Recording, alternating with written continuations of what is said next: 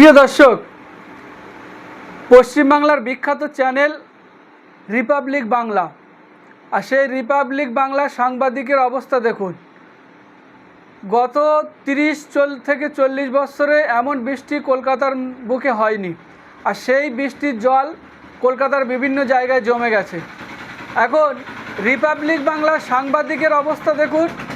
সেই রিপাবলিক বাংলা সাংবাদিক দর্শককে বলে দিচ্ছে যে দেখুন সাঁতার কাটা যাবে, তারপরে দর্শক গিয়ে সাঁতার কাটছে আর সেই ভিডিও উপস্থাপন করছে। তো চলুন আগে ভিডিওটা দেখে নেওয়া যাক, তারপরে কথা।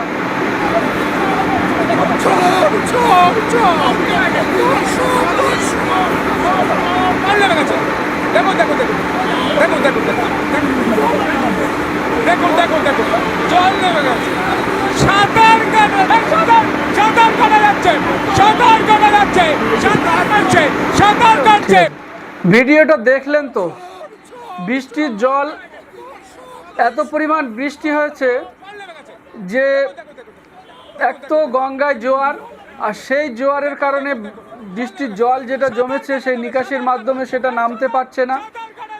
বৃষ্টির জল একটা জমেছে, উল্টো যে জোয়ার আসছে তার কারণে জল নামতেও পারছে না। তার কারণে কিছুক্ষণের জন্য কলকাতার বিভিন্ন এলাকায় জল জমে গেছে। তো সেটা আপনি দেখান।